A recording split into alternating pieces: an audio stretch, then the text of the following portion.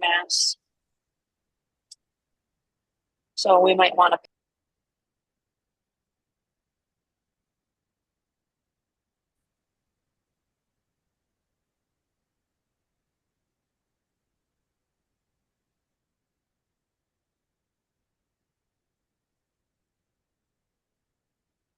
Guys, I just have to relocate. I will be right back on. No problem. Thank you.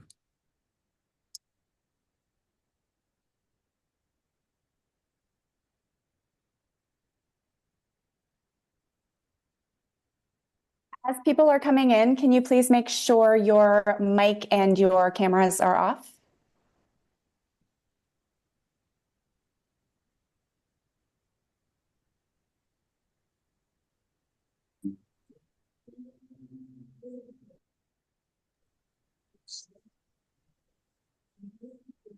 And maybe we will wait until 9:31 and just get started so we have the full hour for recording. Does that work, Jerry? Sounds good. Sounds good. Okay.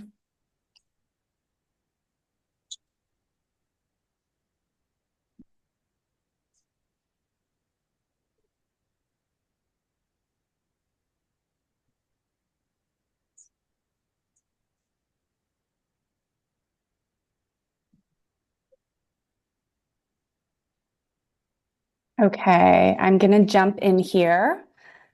So welcome everyone to the last of our Courage First Athlete Helpline and Coach Beyond Indiana Athlete Panel Series, this one on athlete mental health. As you're coming in, if you could turn off your camera and mics, that would be great. We will have a Q&A portion for the audience at the end. And we will be recording this discussion to be used as ongoing education for both programs hosting. So that's the Courage First Athlete Helpline and Coach Beyond Indiana. I'm Kathy Beach. I am the National Program Manager of the Courage First Athlete Helpline. If you are not familiar, the Courage First Athlete Helpline is a national call, text, chat line for athletes, coaches, parents, anyone in sports communities who would like to talk to counselors about questions or concerns relating to athlete mental well-being, athlete abuse, anything that's a current athlete issue that they might need emotional support for, crisis intervention, or resources. We are a partnership with the Foundation for Global Sports Development and the Child Help National Child Abuse Hotline, and we can be found at athletehelpline.org and 1-888-279-1026. I'm going to throw it over to Dr. Reynolds right now, who's going to give us a little synopsis of the Coach Beyond program. Thank you, Kathy. And I just want to thank the Courage First Child Helpline for this opportunity and partnership to work. I am a professor at Ball State University in Indiana, and we just recently obtained funding to be part of the Coach Beyond program, which is it's a mechanism and a program to train youth coaches throughout the United States, and basically in positive youth development practices, mental health and well-being, all the tricks of the trade. Basically, is we want to make sure that coaches have improved training resources. And the program originally was started by Ohio State in partnership with the Susan Crown Exchange and the Million Coaches Challenge. It has now been expanded to 3 additional states in Indiana, Maryland, and Kansas. So you probably will see some recognition of that. So thank you all to everybody. Before I get to my questions, though, I just want to say we have a great panel to look forward to. And so I'm just going to introduce everybody or let them introduce themselves. And I'll start with, if it's okay with you, Lori, I'll start with you. Please introduce yourself. Sure. Hello, everybody. My name is Lori Okimura. I've spent the last about 35 years in the international sports space with the Olympics and Paralympics, and a number of years on the board of Kids in Sports in Los Angeles, which was a community-based youth sport program. My focus right now is on safeguarding athletes. Have worked with a number of athletes at all ages, and very, very happy to be a part of this panel. Great. Thank you for being here, Lori. Vanessa. Sure. Hi, everybody. I was a former elite gymnast. I was the 1997 national champion and a 1999 world team member. I also participated in a reality show called Starting Over, where we had life coaches that helped us kind of move forward with our life after being an athlete. I wrote a children's book called Let the River Flow that helps young athletes learn how to deal with losing and fear of failure. And lastly, I am on the board for the American Gymnastics Alumni Association, where we help former national team members kind of move forward after retiring from the sport.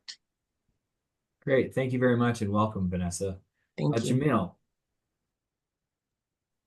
How's everybody doing? My name is Jamil Douglas. I am a retired NFL veteran. I played 7 years in the NFL and I've transitioned into podcasting. I'm the host of a podcast called For the Underdogs, and it's centered around mental health, self-development, routine, just all things to help people normalize their struggles and stories that they go through, but also grow from it and just share good experiences that, people can learn something from. So very excited to talk to you guys today, and I appreciate you guys for having me. Thank you, Jamil. We appreciate it. Lisa. Hi, everyone. My name is Lisa Finnegan. I'm a director with ISEF, Inner City Education Foundation here in South Los Angeles. ISEF is a federation of independent charter schools. So we have 4 elementary schools, 2 middle schools, and 1 high school. So across those 7 schools, we serve 2,500 students. And we recently built the ISEF Student Leadership Academy, which acts as a physical and psychological space for our students to kind of grow and develop across arts, academics, and athletics. I'm also the director of our international rugby program, so we take students around the world every year. We've made a number of documentaries that kind of track students' journeys and the adversities that come with international travel, and their growth into college, career, and life. Great. Thank you, Lisa. Catherine. Hello, everyone. Excited to be here today. Thanks for having me. I am the Program and Partnerships Director at We Ride Together, a nonprofit that serves athletes internationally in preventing and eliminating abuse and misconduct from sport. So we really focus on safeguarding, resources, and survivor support. My background is in competitive triathlon, volleyball, and rowing, and also in community mental health and entrepreneurship and leadership. Great. Thank you for being here, Catherine. And Margaret? Hi, my name is Margaret Hoelzer. I am a 2-time Olympian and the national spokesperson for the National Children's Advocacy Center and a general all-around advocate for sexual abuse awareness and prevention and the mental health awareness that goes around with all of that. Great. Thank you for being here. And Kathy, I think I got everybody. Just double checking before we move to the questions. I believe so, yes. Yell Okay, out great. if we forgot you. It's me. I'm Oh, just Angela, I'm sorry. There you go. I'm like, I didn't have her camera on. I'm Yeah. like, wait, I just want to make sure, but go That's ahead. all right. No, I was engrossed in everybody's bios. It was so nice to hear. So, hi, everyone. It's so great to be here today. Thanks for having me. I'm Dr. Angela Shaba. I am a clinical and sports performance counselor. I'm the owner and founder of Elite Psychology and Wellness. It is a mental health group practice for mental health and sports performance here. We are in Scottsdale, Arizona. I have had many years working with all different types of athletes, professional athletes, NBA, NFL, golf, Olympic athletes, running the gamut all the way up to professional CEOs and CFOs as well. And so we do a lot of performance work, but we do a lot of mental health within our community. So we work with all age ranges for even our teens and adolescents as well. So I'm really excited to be here to talk today about mental health and mental health awareness in athletes. Thank you. Thank you. So we have just to give everybody kind of a general sense of the questions they're going to be asking for our audience members. First of all, we're going to just ask some questions that kind of just about, baseline factors that contribute to an individual's, mental health status. We're going to look at, how you recognize and respond to, mental health challenges, looking at education and all, just ways of moving forward. Kathy, before I get into my questions, did you want to go ahead and provide some statistics for us that we should Yeah. be aware of? Yeah, absolutely. We thought it'd be important to jump into some general statistics on athlete mental health before we start. So, per research, 33% of all college students and 35% of elite athletes report experiencing significant symptoms of depression, anxiety, or other mental health conditions. And out of that percentage, only about 10% of these college athletes who report symptoms actively seek help. Student athletes do report that they feel less comfortable talking to their coaches about mental health issues as compared to speaking about physical health issues. Women, people of color, and LGBTQIA plus student athletes do report the highest rates of mental health struggles. And a new, pretty startling finding by the NCAA is that suicide is now the #2 cause of death among college athletes.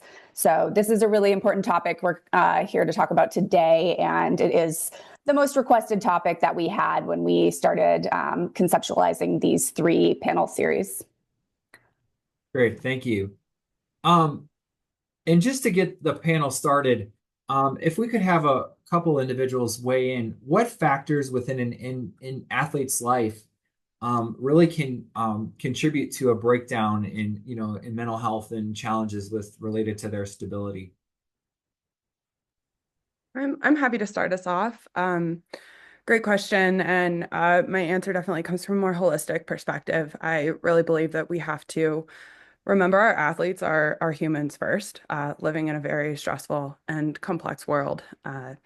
They have families, school, work, relationships, environmental factors, all the things going on. And then on top of that, pressures and stress that can arise from sports, even if there's great benefits to sports as well. And so knowing that we all come in with a different deck of cards, life experiences, and traumas, we all have different risk and protective factors at play that can contribute to mental health symptoms and concerns. So I think it's most important that we look at those micro, meso, and macro levels to assess all these factors, that individual level, that community level, and that more holistic global level. And so knowing that stability and mental health baselines can also look different for different athletes, we all have different goals. And then there's the trauma and aftermath of abuse that can add more layers on top of all of this, contributing to a breakdown in mental health stability for anyone, let alone athletes. Yes, very true. All this is very, very true. And thank you for sharing that. Do we have another panelist who'd like to share some insight? Yeah, I would love to say something. I mean, for me, my whole life, it was definitely just dealing with pressure.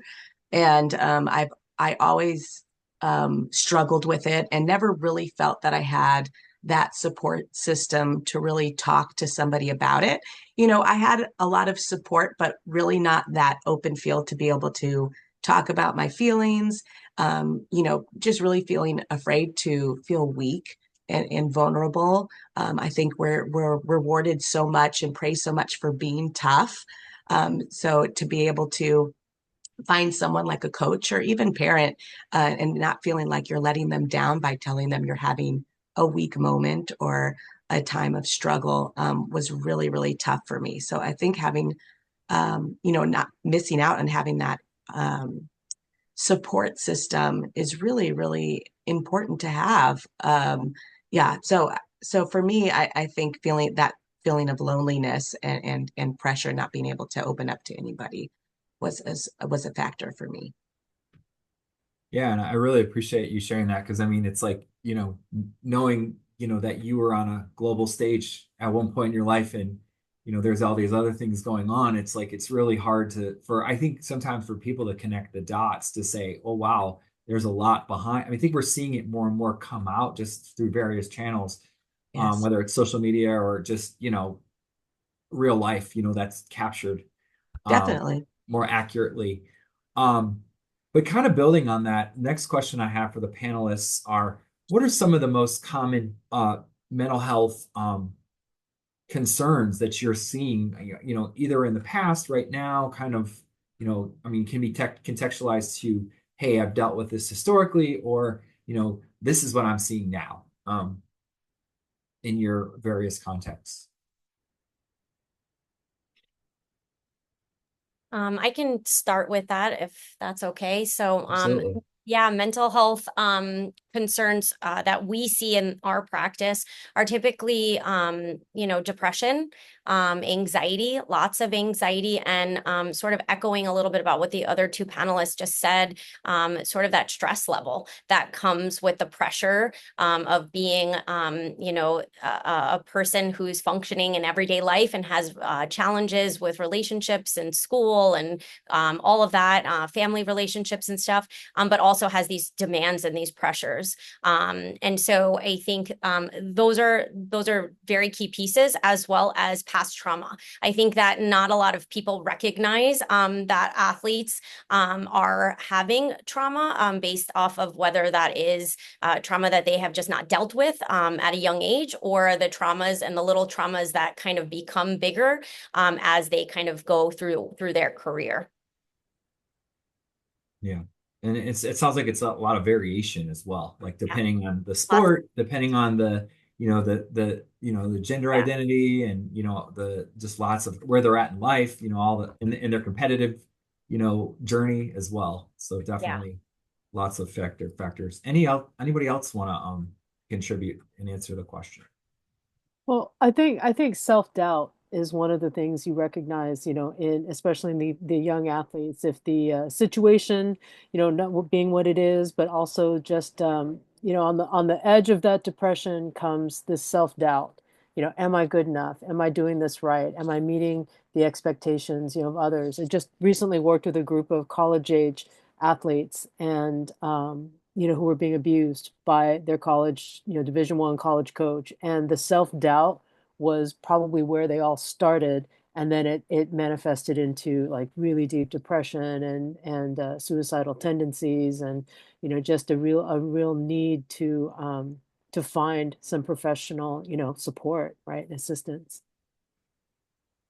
Yeah, and building on just what everybody shared, I want to just know, are you seeing increases in certain populations or certain sports, or just kind of factors that, environments that you're seeing, kind of surprising but yet significant changes in mental health? I don't know if Angela or others, just from like what you've seen in your various roles, what are your thoughts? Yeah, I mean, so I think across the board, it's, in different sports. But we are seeing an increase, kind of just echoing a little bit what Lori, you just were saying. There's a lot of young athletes who are now it's great. They're coming to seek out help, which is awesome, but they're struggling a lot with mental health. They're struggling with their identity. They're struggling with the challenges of parents, and expectations associated with that, but also with the coaches, and what the expectations are of that. And in my practice, what we're noticing quite a lot of is injury, a lot more injury than was. We have quite a lot of divers actually who have like back issues, and who are dealing with surgery already at like 14, 15 years old. So that also has caused a lot of mental health awareness for us in terms of depression and anxiety, and then other significant factors associated with constant injury and re-injury, that's causing quite a lot of mental health need for support for those athletes, because that's the trauma piece that kicks in, and the fear part that like, what am I doing? Who am I if my sport is gone, or if I can't play this? Where's my identity then? So lots of athlete identity pieces as well. Mm-hmm. Anybody else? I can chime in. I think just if you look at it demographically, here at ISEF, the community we serve in South LA, we know demographically is one of the highest needs in the country, socially, emotionally, mentally, financially. A lot of our students experience like severe mental health issues and existing levels of trauma, high levels of ACEs, because they navigate so much before they even come into school. A lot of our students in a lot of cases, are the main caretakers of their families, so are responsible for managing part of the household, managing their siblings, getting to school, picking their siblings up after school. So in a lot of cases, they have, mental health issues. And then, if you see them in sport, they're dealing with all of the issues outside of school. And that obviously can impact performance anxiety as well. And we have high levels of depression. And obviously we actually have a mental health initiative here, and a specific curriculum that tailors to TK all the way up to 12th grade to kind of accommodate the needs of students.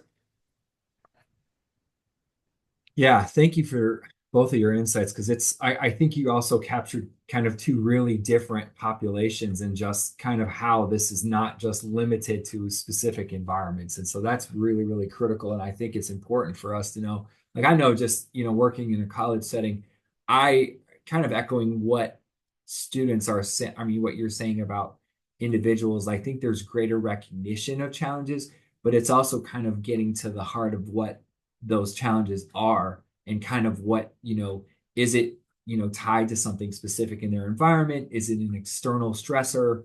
Like I'm saying external, meaning outside of the sport, and how that plays into their environments. And, as an example, I had a baseball player that I know, who played at an SEC school. And he told me, he said, I got into what I do because I knew when I got to college at an SEC school, I knew how to field a ground ball, but I knew that there were so many factors that I didn't uncover that I was dealing with until I got to be away from the traumas that I dealt with, as a child. And it wasn't the performance for him, and the mental health challenges were linked. And so once he started addressing those, his performance, he said, got better. So, building on that, what are some, kind of taking this to coaches, what are some red flags that coaches should be aware of in regard to, recognizing declining mental well-being? For me, I am a coach now, and what I see a lot is actually a lot of self-sabotage. Things where they're all of a sudden a little more quiet, a little bit more just struggling with things that they normally wouldn't struggle with. And when I see these things, I know it is time to have a sit down and have a talk with them. That there is always something, or it's usually something outside of gymnastics that's kind of causing struggle in there that they normally don't have. I dealt a lot with self-sabotage things, feeling trapped in a situation I couldn't get out of, and it kind of showed itself in my sport in gymnastics. And I deal with it now today with kids a lot younger, and even in lower levels it happens. And a lot of times I find that it's kids that are struggling that don't have someone to talk to, and or they even want to quit gymnastics, but they're not allowed to. And so they, kind of find a way to be able to control things on their own, because they kind of feel out of control in their lives. So for me, it really is a lot of seeing kids crying out for help without saying it. And you really have to be on the lookout for that as a coach, I think. Absolutely.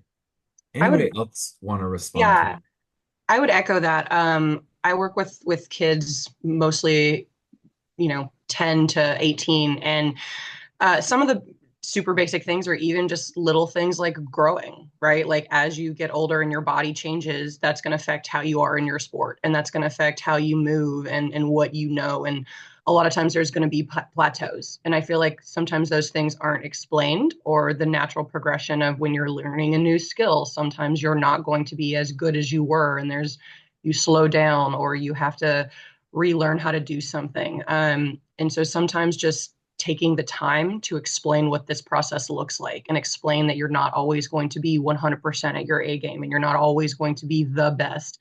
And that's just a part of it. But also to echo just knowing your athletes, and, seeing a kid who really, really loves what they do, and then they're showing up to practice and they don't want to be there, or they're not enjoying it, or they're not having as much fun. And just those are a lot of times the small things that you kind of start to notice is just they're not enjoying themselves. And then actually taking the time to have that conversation and say what's going on. Like, is this related to the sport, or is this related to something else? And kind of taking it from there, because they may or may not actually come to you to talk about it, or they may or may not even at that point realize that it's a problem or that something outside is affecting the sport. Mm-hmm.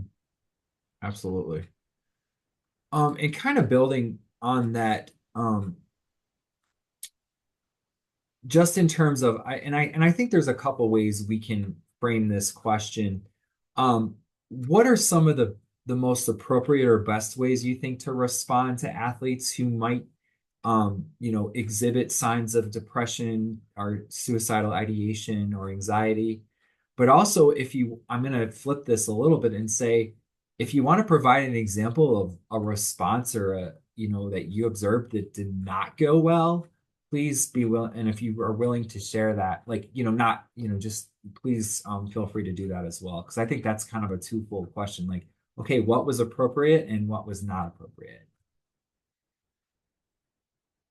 I can chime in on the first part there. And at We Ride Together, we really focus on prevention and prevention education. And so I think first is rewinding a tiny bit and thinking about what we can do as coaches and sporting environments collectively, proactively, to create a culture in which conversations around mental health and abuse are welcome in a safe and healthy space. And so this looks like having resources and information available. This looks like preparing yourself on knowing how to respond to disclosures, how to have these hard conversations, engaging in conversations like this, and how to help your athletes find a safe adult they can talk to. I think it really goes back to that preparation, that awareness, and that education, so that if and when a situation arises, you can come in from a resourced and informed place. And this works to decrease stigma and create an environment where individuals can come up. And I'll let others chime in on those nitty-gritties, but we do have some great resources on our website on role plays, what to say versus not to say, and bystander intervention that can be applied to this aspect to observing someone while struggling. Yeah, and Catherine, if you don't mind, could you just in the chat, could you put a link to your website so we have that resource available? Certainly, of course. Awesome, thank you. Any other panelists want to respond to the question? Yeah, Go I ahead. would say, oh, sorry. No, you're. I would say just being open and believing the athlete. I would say myself as an athlete, one of the biggest things was I never had a problem advocating for myself. But I was always told that I had a bad attitude, or that I was lazy, or that I just didn't, want to do whatever the situation was. And so instead of, anyone taking seriously what was going on, it was always kind of just dismissed and thought, this is just a bad kid and she doesn't want to do whatever the task is at hand. And so I think sometimes looking deeper and going, okay, what's going on here? Is this somebody that doesn't want to work hard, or maybe why do they not want to work hard? What's more to it? And I do think coaches are, generically speaking, better prepared today than they were 20, 30 years ago. I think coaches, for the most part, are starting to learn that these are conversations that they have to have, and that there are resources, and that, even if they don't feel like they have the tools, at least the tools exist and they are out there and they can start to point people in the right direction. So I think that's probably the first step, is just letting coaches know that, one, your job, if you work with athletes, is not just about that sport. It's about dealing with the person, and the sport is a part of that, right? But it's also their entire well-being. But then continuing to give that education to the coaches on what that coach's resources are, so that they feel prepared and, are able to help their athletes. Absolutely. And thank you, Margaret, for that response. Building, I think I also want to have kind of a, point counterpoint type question. Because we're working with individuals and coaching, but the presence of social media, and I think related to mental health especially, how do you believe that athlete mental health has, education has been benefited by social media, but also conversely, what are some of the challenges or, some, generic examples of challenges that you've seen or issues with social media that have caused some major challenges in the athletic space? So a benefit and a, kind of a negative as well. I can speak just from experience of playing. I think the challenges of it is as athletes, you're hard on yourself already. And, you know, if you may have a bad performance or whatever the case may be, going to social media and then there's people out there that want to tell you about how bad your performance is, that adds to the weight and the pressure of the athlete and kind of trickles into your personal life as well. Like you start to believe those things are true if, you know, you have that type of mindset. I think the benefit of it is it depends on what side of social media you're on. Like, are you on the side that can be helpful to you if, you need to find a resource or, find something positive to kind of feed into your mind? I think more athletes are turning to that side and there's more things out there that are, capable of helping athletes. So I think that's a good thing. But the the con of it is much harder to get away from, in my opinion. Yeah, I and would we see countless examples of that every single week, like whether it's regardless of the sport, like we're seeing so much of that. Go ahead, next person. I would echo that. I feel like social media generically always shows a very positive perception of what people show. Athletes sometimes are the exception because there will be negative things out there because you can't always hide if you have a bad performance. But a lot of times, like I said, I work with these young kids and they're looking at these athletes online and they're all they're seeing is the good and the positive and the endorsements and all of these great things. And they're not seeing the hard work that it took to get there.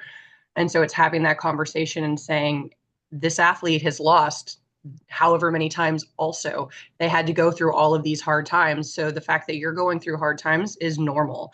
And just explaining that it's not all roses and sunshine and happiness. Like that's what they're projecting on their individual page. But you're not seeing all the hard work and all the hard parts that happen behind scenes because for the most part, we don't put that out there about ourselves. And so, like I said, with really elite athletes, sometimes it's different if you're seeking the sources that are maybe talking about them versus them talking about themselves. But I think sometimes painting a more realistic picture and younger kids don't always understand that social media isn't exactly real, or at least it's not 100% of the picture. Yeah. One of the things that I do love about social media, especially for the sport of gymnastics, a lot of athletes are a lot younger and we never really had a voice. It's very hard to be able to speak up. And social media has allowed not only for other athletes to kind of see the real person. I mean, a lot of times younger kids watch these people on TV and look at them as just an athlete or somebody that's perfect, and being able to see all of their different social media accounts and being able to connect with them as a person and that they're relatable, I think helps a lot. But also we've had a lot of situations in gymnastics where there was a lot of abuse, and it gave an opportunity for these athletes to speak out and not be afraid of necessarily, going up straight to their coach or whatever. It kind of gave them a safe space to be able to, open up a little bit more and have an opportunity to be able to speak and band together. A lot of somebody would see somebody say something and go, oh, look, they said something, I can say something too. And it kind of created this thing. I mean, with the whole Larry Nassar thing, all that stuff, a lot of stuff was started to be created from online and people being able to feel safe to be able to speak out. So I do like that aspect of it. Yeah. And it's definitely it's a way to amplify a voice, and it's just about how is it used and how is it channeled, and obviously just from some of the examples people have provided, it can has a positive and a negative, and it's just like, okay, what's the medium that it's used for? Also, just we talked earlier about the pressures athletes face and kind of mental health, and that being Lori, I think you mentioned that being a factor in some in the athletes' experience. At what point do athletes, pressure, like the pressures they experience, when does that escalate to kind of more of a life-threatening type of situation? Well, I think one of the things, and everybody in this panel has really spoken to some aspect of this, the situation that the athlete is in, it encompasses both their playing time and playing career, but also they're living lives just like everyone else, right? With the same pressures and the same benefits as well, community and friendships and all. But the point at which I think it sort of, reaches that tipping point is um, it's almost what we just spoke about. It's, the social media aspect, like that's a way to build community, but at the same time, it's also a way to expose yourself to a community of haters, right? And it's when the expectations become unrealistic, and I'll use like specific example. I worked with a group that there were several athletes on the same team being verbally, physically, mentally, emotionally abused by a coach. Right. And the coach didn't believe in, you were soft, right? If you needed any outside support. I mean, it was one of those sort of old school coaching techniques that it's, well, if you can't do it, then we're going to keep doing it, at a faster and harder pace until you get it right. Right. It was really just exhaustive, mentally and physically, for the athletes. And what some, what some people forget is, these athletes, some of them were dealing with parents who were ill or struggles in academia or just adjusting to being in a new city or a new town, and it's the point where they feel that um, there's no, there's no hope, right? Or there's nowhere they can turn to, providing, I think being prepared, someone spoke to, being prepared and being well informed. I think that's one thing.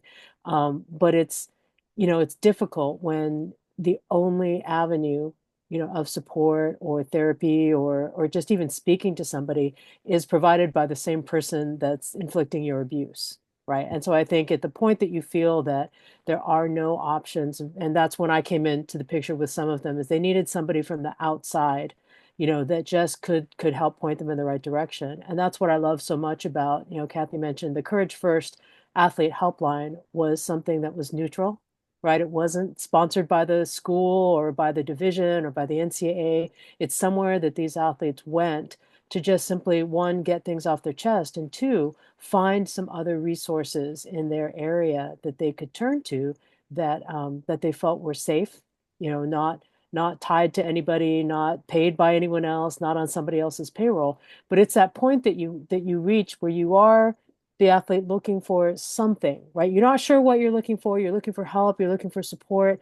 And when you can't find it, or the only avenue that's presented to you is from your actual source of concern, right, or your abuse, that's where I think it starts to turn. We're starting to see some more of those examples, and I'll just highlight at the collegiate level, the introduction of name and likeness, NIL.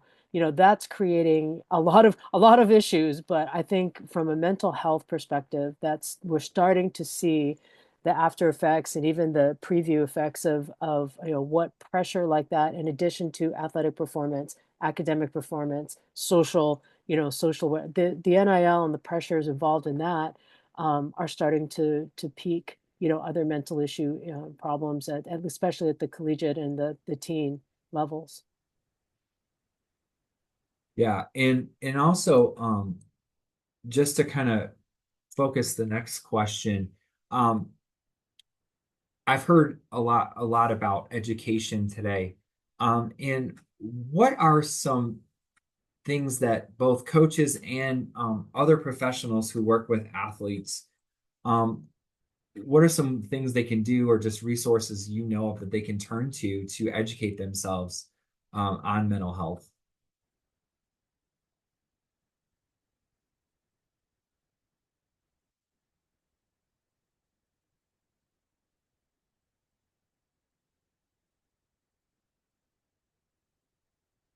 It's a good question. I think just I think in general, like the coach has to want to be in that space first and foremost. And um there's so many options out there now, like even from a standpoint of just like I couldn't give you one off the top of my head, but just the standpoint of knowing that an athlete or someone you are coaching is struggling, like just taking the time to look something up about it, you know, like it's not hard to find in this day and age. Like you can literally type it in Google and find something that is helpful for you. But I do think that the coach has to want to be in that space. And there are times where coaches, I think someone said it earlier, like aren't able to separate the player from the actual athlete. And I think that's a huge issue as well. But I just feel like it's so simple to be in that space of finding the resource if you really are, you know, true to what you're saying. I would I say, oh, oh, go ahead. Go ahead. I was just going to say, I would say start with that particular governing body, right? If you're in gymnastics, start with your gymnastics governing body or your swimming governing body. They're most likely going to have something. Traditionally, there wasn't something there, but I think now they do have things. The U.S. Olympic Committee has, resources out there.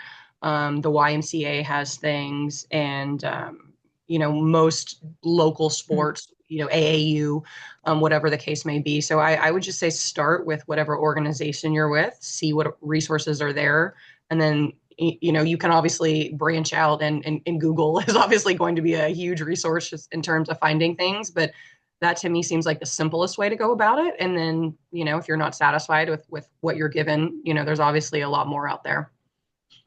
I'd jump in with, for me, it was the athlete helpline, no joke. It's available to everybody around the country, and the people, supporting it from Child Help are among the most informed, and expert level with this, with these types of issues. So for me, what I always recommend, one, that if you're looking for resources, that would be a good place. The athlete helpline is a good place to start.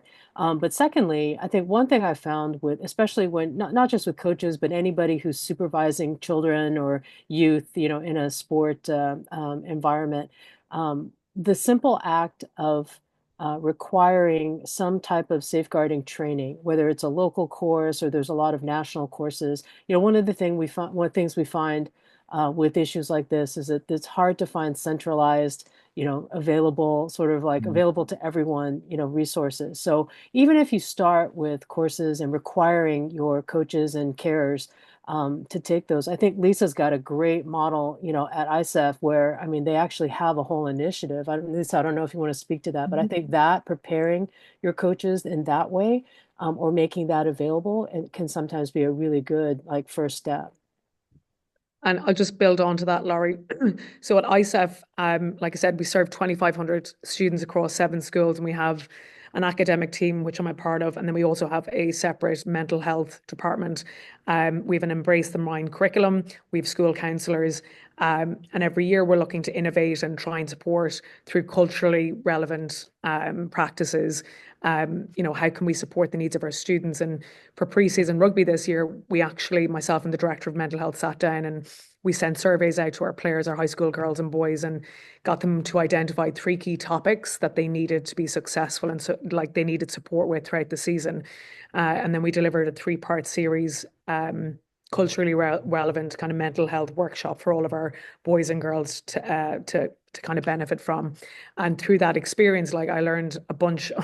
I kind of had one idea around what our students needed, but the reality was there were 3 completely different topics that didn't even come to mind. So I think just partnering with experts in the field that you're at. Evan, our director of mental health, he's become like a really close friend of mine. And, I've learned so much about, stuff that I didn't know about trauma, ACEs, and then obviously taking that and implementing it at all of our school sites. But specifically with rugby, we've really benefited from it this year. Yeah, and I think too, it sounds like you've got a good model that's going, and it's obviously a team-based approach that's been helpful because not everybody can do it alone. And I think that that's a big challenge that coaches may face too, is like, okay, well, people view me as an authority figure and I should have all the answers. And I think a lot of times what we've seen in our data says that coaches just don't know where to turn to in these situations. Not that they don't want to help, it's just that they may not know what to do. And I think that that's part of it too, is just, do you have a system of care and a model that works, to effectively address those concerns? And obviously too, like you all had an input channel where you're at, you spoke to your athletes and said, listen, this is what do you need? What can we do to help you? And I think it was, first of all, great that they responded. And second of all, you were able to implement some programming to address those concerns. I think next I want to just talk about, what are some systematic barriers that you've noticed, whether it's been your own experience or like just something you're saying, wow, this is really missing, that you've seen in assisting athletes in addressing mental health concerns? I can jump in here. I think across the board that accessing mental health support is very difficult for some, regardless if you're an athlete or not, given our structures in place and the stigma around mental health concerns. And so I think the stigma is huge in terms of athletes. And then this has been mentioned before, but fear of backlash or retaliation for maybe there's something wrong with me. I thought this was normal. I should be able to do this, or whatever those thoughts are. Things get internalized or acted out. And so there's a lot of not knowing where to start. Complex dynamics, complex views on mental health, on gaining support. Time is a very big one that we zoom over, but you have to make time for these things. And so I think there's a lot of pressure going on, and a lot of athletes, want to stay in sport, progress in their sport, keep their scholarship, make the next team, whatever it is. And so these can be a lot of barriers to accessing mental health support. And so I think creating a space for these conversations and showing athletes where and how to get help is huge, because as I think it was you, Jerry, who mentioned earlier, when mental health improves, performance improves as well. And so we're seeing that go vice versa. So I think when our communities support mental health support, that goes a long way for the individuals. Thank you. Any other panelists want to contribute? I would say sports in general is just really tough because you have someone in power, whether it be a coach or, in gymnastics, we still have selection committees for the Olympic team. It's not based off of scores all the time. And when you have situations like that, for me as an athlete, I would not say one word about any kind of injury or, struggle that I had. There was no way I was going to jeopardize any opportunity of all the hard work that I put into, And so having, being put in these situations where you're just afraid to say anything because it can really affect what happens with you in your sport it really does leave you at a loss of like what to do, or feeling trapped in many ways that you have to just keep everything to yourself or keep everything inside. Same thing with, we talked about, that education out there, and same thing for parents. It's my mom, when she heard me struggling with stuff, her whole being was about, how do I get her through this? How do I help her push her through this so she doesn't regret whatever might happen later, instead of like, you need help. We need to get you out of this situation. It was like, how do I push her through? And my mom's an amazing mom, a great person. And I believe a lot of my coaches always had the best interest for me in a lot of ways. But I still don't know really the answer for that, of being afraid to, or being able to speak out about things, because it can affect your sport and how you do in the future. And I think that's something we're all really trying to work on and bring awareness to. I think top athletes speaking out has really helped. Simone Biles talking about mental health has just set off so much in gymnastics, of allowing coaches to go, oh, okay, this is something that we need to talk about. And even one of the top athletes has this problem. And it took, one of the best athletes in the entire world to speak out about it for us to really take things seriously more. So, yeah. Anyways. And we have about 2 minutes before we're going to open up the floor for questions from the audience. But I wanted to know, what are some things that you all would suggest or steps are taken to create a positive sport culture that focuses on emotional well-being, regardless of the setting?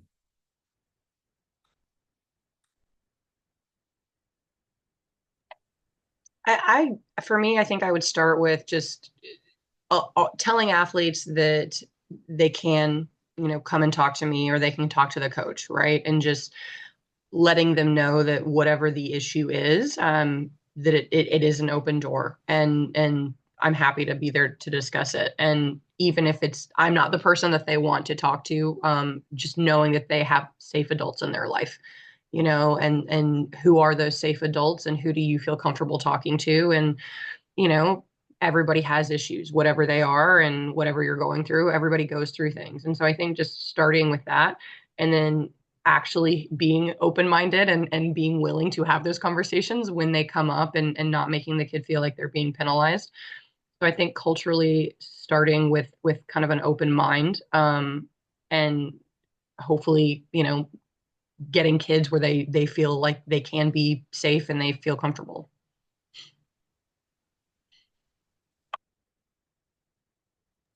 Yeah, for me too, I think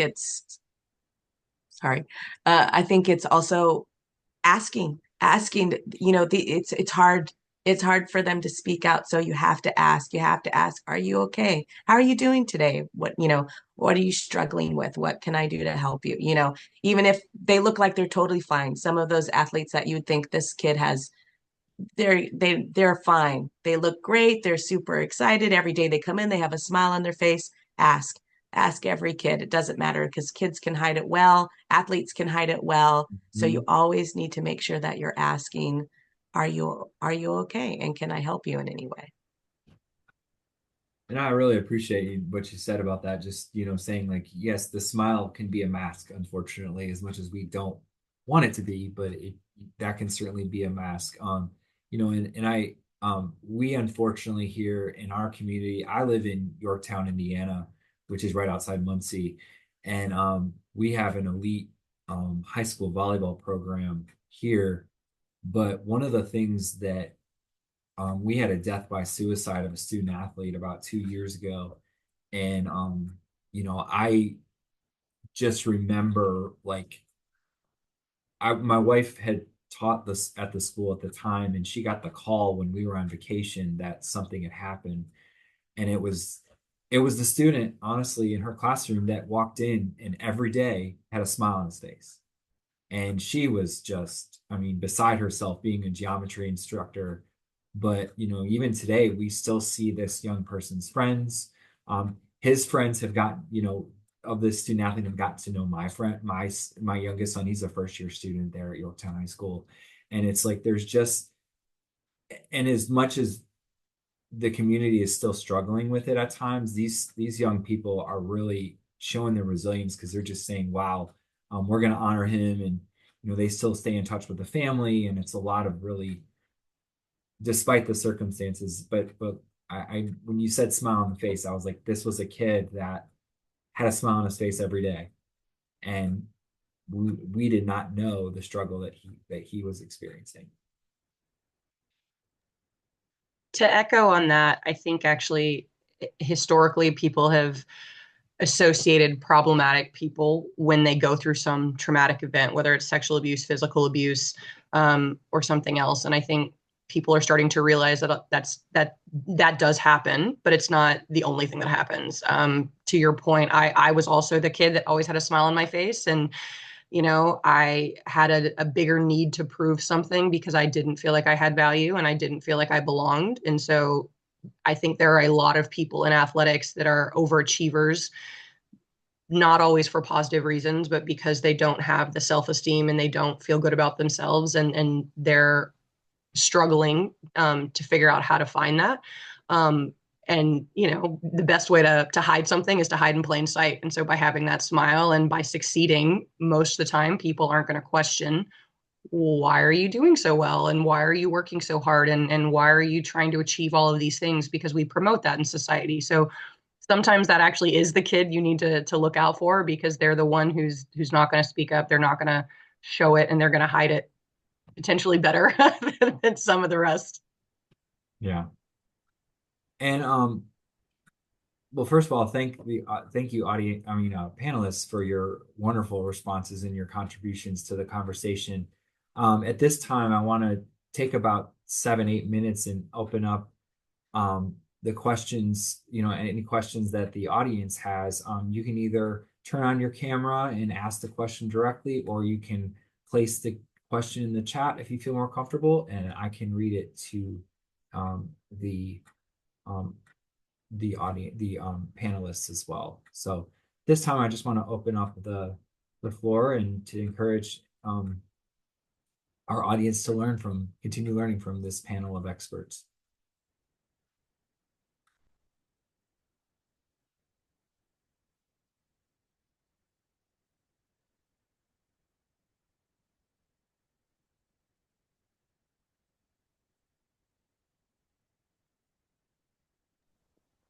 Jerry, if I could, while they're thinking of some questions, I think one thing I learned, from this panel, and I think bears repeating, is that these athletes, these kids, these adults, they're not alone, right? And I think that that's important. Every aspect that's been touched on by somebody on the panel. So, I think making people aware that there are other people that are experiencing the same thing, that you might be feeling. And, part of that is it's almost like a one-way communication, and it's important to ask, but also sometimes it's important to just put it out there. Hey, if you're the coach, like I've seen some coaches be really, really caring about this. They'll put out, like, man, I had a bad day today. I couldn't plan my practice plan or something, like, so I think I'm just going to take a minute and, sit quietly for 15 minutes or something. And then maybe another coach goes, oh, that's a good idea. And maybe some kids are like, oh, you know what, just a reset, would be enough. I think that part of, we're not alone in this, I think helps in a lot of situations, right? There's a pretty jarring statistic coming out from Safe Sport International, which is entirely a fact-based, research organization out of the UK, and that's 75% of people in general that are involved in sports will experience some type of abuse over the course of their experience. That's a very high percentage, and I think that it's important to break it down that not only includes the athletes themselves, it includes coaches, it includes equipment managers, athletic trainers. Right now, we're finding out are becoming, among the highest group, because oftentimes if you're an athlete, and I think we've all experienced, maybe can all identify with this, one of the first people that you may run to when you're having a problem, whether it's a physical injury or, anything else, is your athletic trainer. You get very close to that person that travels, to every event, and maybe you spend a little bit more time with, before, after practice. So it's people. Right. And that it's not just exclusive to one role that you play or another. You're not alone, when these things come up. And that's, I think, an important message to keep in mind. Thank you, Lori. We did have a question, and what are some recommended ways to get involved in this in advocacy work, either locally or kind of on a broader level? And I'll start the answer. Like, I'm involved with, I think professional organizations are very important. Like, I'm part of the Alliance. I'm the former president now, immediate past president of the Alliance of Social Workers in Sports.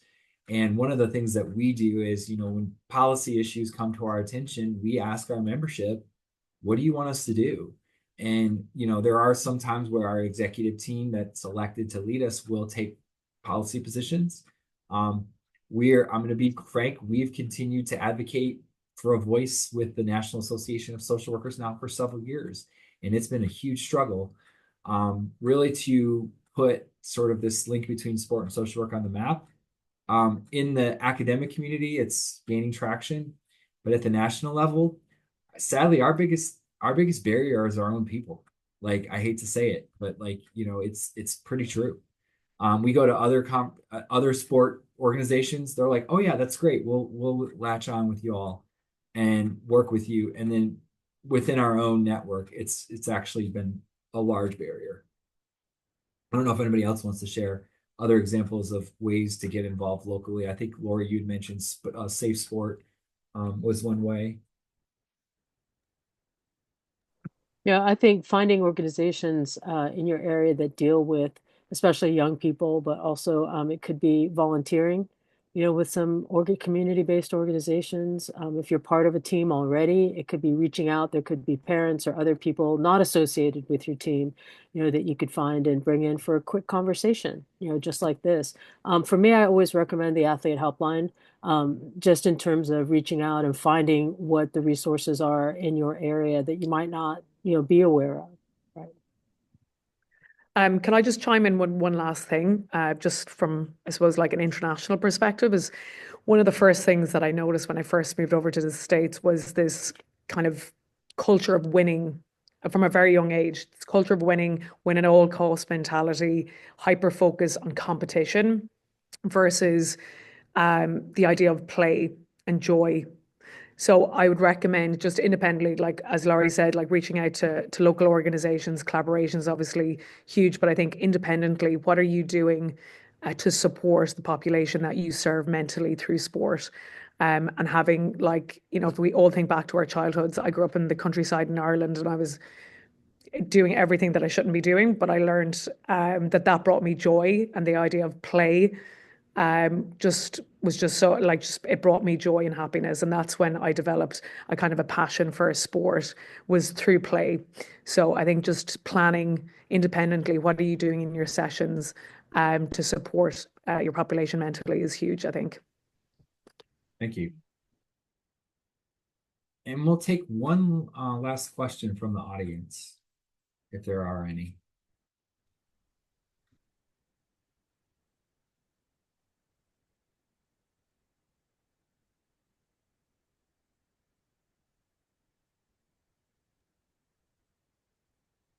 If there's no more, Jerry, I'm happy to close us out. Sure. Okay, I do want to mention that Mariana wrote in the chat here that she's involved with a group called Athletes for Hope, which is a group that the Courage First Athlete Helpline has definitely partnered with. And I know Jerry, the Alliance for Social Workers in Sports, has a relationship as well. And they have a conference coming up here in Colorado, and she put the link there in the chat if anyone is interested in that. In terms of that question about advocacy, I do also want to say that the Courage First Athlete Helpline, we're happy to partner with any individuals or organizations to spread awareness about the helpline to your community. So feel free to reach out to me about that. My email address is on both the flyer that was distributed and also on the registration website.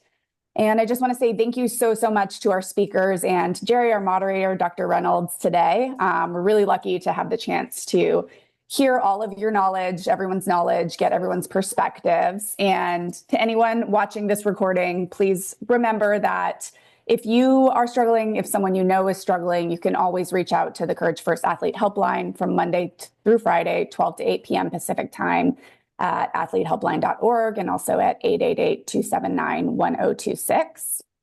Everyone will be able to find this recording on athletehelpline.org under the resources tab, and it will be distributed out to organizations, the Coach Beyond program, as well as some other organizations who requested it before this panel. And you can feel free to send it to your networks.